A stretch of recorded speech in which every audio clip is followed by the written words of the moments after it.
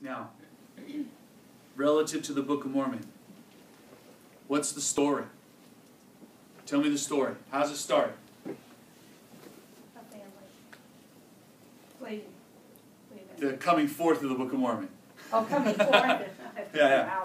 Book of Mormon is there. Yeah, that was last year. Yeah. This year, coming forth of the Book of Mormon. Where does it start? Moroni brings it to Joseph Smith, to it, and then eventually he's able to take it. So 1823, Joseph is in his home, and he's praying, wanting further light knowledge, and light and knowledge comes in the form of the angel Moroni comes to him and begins to instruct him. And when the angel Moroni comes, here's everything that he says. And this is from Joseph Smith History in your Pearl of Great Price. He reads him parts of Malachi 3, the last part of Malachi 4, Isaiah 11, Acts 3, 22 and 23, exactly quoted with the King James Version. He points that out. Joel 2, 28 to the end. And then he says at the end, and many other passages that he wasn't allowed to mention. So what are these verses? Malachi 3 talks about the heavens opening. Last part of Malachi 4 talks about revealing of the priesthood prior to the burning. What's the burning? Great dreadful day of the Lord. Great dreadful day of the Lord. What'd you say, Nancy? Right. Prior to the second coming, the great burning, right? Really, what it is, it's the completion of the earth's baptism. Because, yeah, the first part was the flood. The second part is gift of the Holy Ghost, which is the metaphor of fire, right? So, prior to that, the priesthood will be revealed. So he's saying, you're it. The heavens are open. We're revealing the priesthood prior to the burning. Why? To turn the hearts of the children to the fathers. Acts 3 is verses that say, you know, everyone who doesn't listen will be cut off. Joel 2, 28 to the end talks about the fullness of the Gentiles. We're going to talk about that in a minute. Why is that important? Start thinking about that. Why was it important for the angel Moroni to point out that this is this part of the dispensation is the fullness of the Gentiles coming to bear? We need to make that connection. That's important. And then many other passages. He recites that to him, and then he leaves. What happens? He comes back. He does the same thing again. And then he leaves, and what happens? Comes back again. And at the end of that one, what happens? Yeah, you heard the rooster crow. Yeah, right. It's time to get up, go to work. He goes out, he tries to go to work, and what happens? He's too weak, he's too tired. He pulled an all-nighter. And he's too tired. And his dad says, go home. And on the way home, he passes out. And what happens? Moroni comes again. Which, there's a little subliminal message there from the Lord. Right? I think we might have a Heavenly Father that wants us to rub a little dirt on it and get back in the game. And be tough. But this time, Moroni and Joseph have a conversation. Do you remember the gist of that conversation between Moroni and Joseph? Moroni wants to know something. Does anyone remember? He asks him, why haven't you told your father? Right? And Joseph's response? It breaks my heart, his response. What does he say? I'm afraid he won't believe me. Isn't that heartbreaking? As a father, right? Afraid he won't believe me. Think about where Joseph was at that point. 1823. He'd been persecuted and reviled for 3 years. All of his friends were no longer his friends. Remember why he says he's telling this story? At the beginning of Joseph Smith history, he says why he's telling the story. He says, the reason why I'm telling you this story is because all the wild stories that are out there from my supposed friends. He's got no friends. So he says, I'm afraid to tell my father, he won't believe me. This is the last straw. He couldn't take it. He couldn't take it if he went to tell his father didn't believe. What's the angel say? Get up and go tell him. He'll believe you. He'll believe you. He'll believe you. Get up and go tell him. So he went and told him, and he told one other person. Do you remember who else he told? His mom. Alvin. He told Alvin. Alvin was very concerned about the work Joseph was doing. What happens to Alvin? He dies. How long after the visit from Moroni? 2 months. 2 months later, Alvin's dead.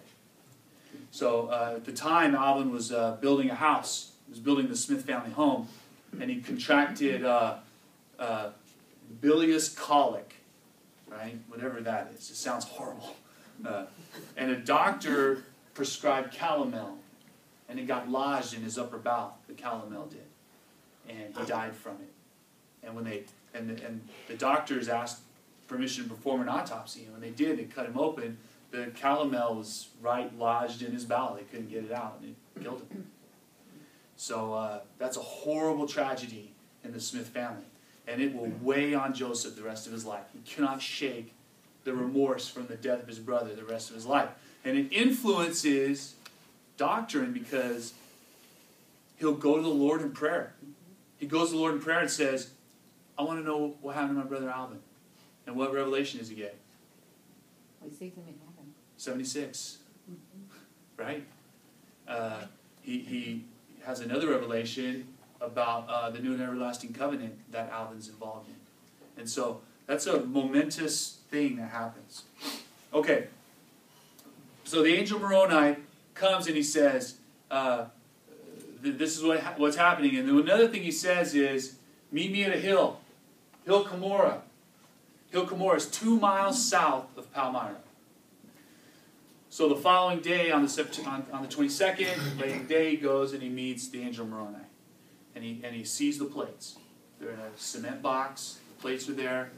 And there's a device in there. What device is in there? Urim and Thummim. What is that? The revelatory thing. Like, what is it, though? Rock. Like a breast. Yeah, it's a breastplate. But it's a breastplate because it has 2 stones that you look through when you're translating. And so if you think about putting 2 stones on a pair of glasses, I mean, I'm a glasses wearer, I think that would hurt, right? So the stones are set in bows that come out of the sides of the breastplate and come up. And you look through the stones to translate. The Urim and Thummim is, it's referred to throughout the scriptures. We're derided as a religion for it. The seer stones. Our detractors love to point that out as some wild and crazy thing. But it was what Joseph used to translate the plates. And he kept it with him always. Lucy, his mother, says he was never far from the Urim and Thummim. He kept it with him all the time. Because he said, I can use the Urim and Thummim to know that the plates in the manuscript are okay when I'm not around. So he kept them close to him all the time. So he was allowed to retrieve those. But the plates had to stay. He had to come back 3 times, and then the following year, he was allowed to get the plates. And that was in September of 1827. January that year, he married Emma. So Emma went with him to get the plates. So they get the plates, and he puts them in a hollow tree. He cuts out a little piece of hollow tree, and he sticks the plates, and covers it back up. And the plates are in there for a couple of days while they're figuring out what they're going to do. Where are we going to put them? How are we going to translate? How does that work? And they're trying to think about all the logistics that would go into that. And so they're trying to figure all that out, and it's revealed to Joseph that he needs to go and get them. And so in haste, he goes to retrieve them. And he goes the 2 miles to where the plates are in the woods, and he retrieves them, and he has them wrapped in his frock. And he's coming back, and he's ambushed. He's hit in the head with a rifle butt. He turns and knocks that guy out. He continues to run, and another guy jumps on his back. He flips him off and punches him, and when he does, he dislocates his thumb. He continues to run, And then he's ambushed a third time and hit in the face with a rifle butt. Knocks that guy out. Have you ever been hit with a rifle butt?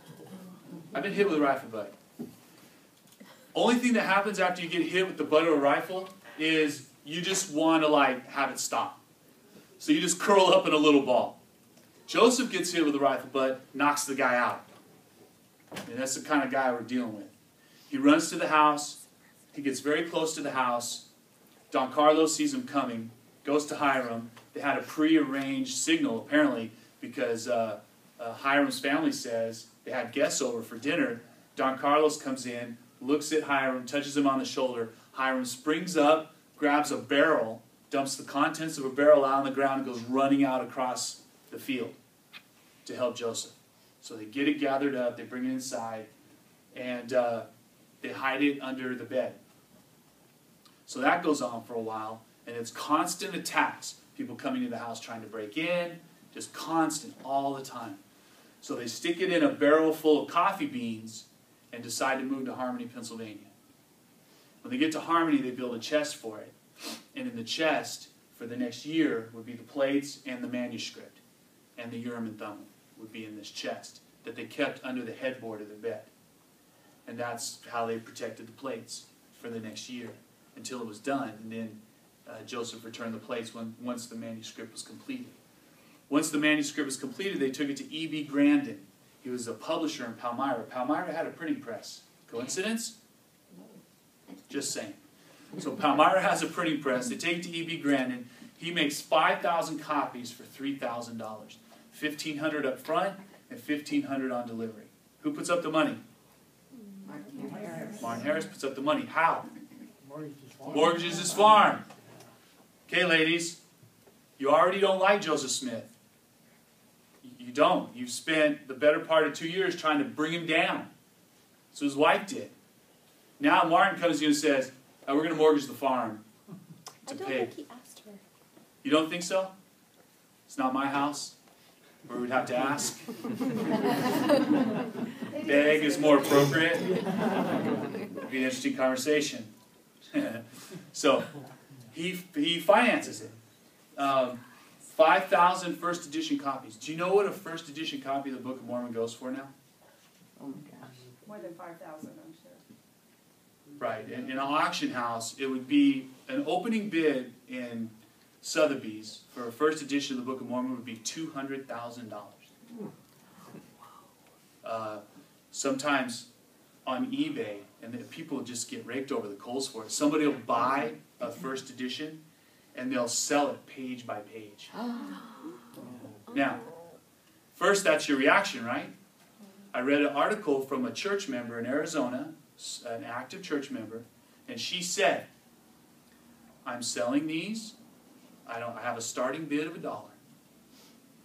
And she goes, and she was getting like $1,000 a page. But she said, I can bring joy to 520 lives, or I can bring joy to one life. Because her idea was having a page of it. Now, as a collector, I get it. Now, I'm a book collector, but I'm a documents collector too. And so as a documents collector, okay, I don't have enough cheese to have the whole book, but I can get a page. Maybe. Maybe for my 50th birthday. So you understand the concept, right? So I kind of get it, and I kind of loosened up. Because when I first saw that people were buying them and selling them off by the page, I had the same reaction as you. Sucked all the oxygen out of the room. And then I read what she said, and she said it much more eloquently than I just did. But basically she said, you know, I'm parceling out the honor of this in smaller chunks. That makes sense. If I had it, though, I would not tear it up. I would pack it in 6-inch glass. But to each his own or her own.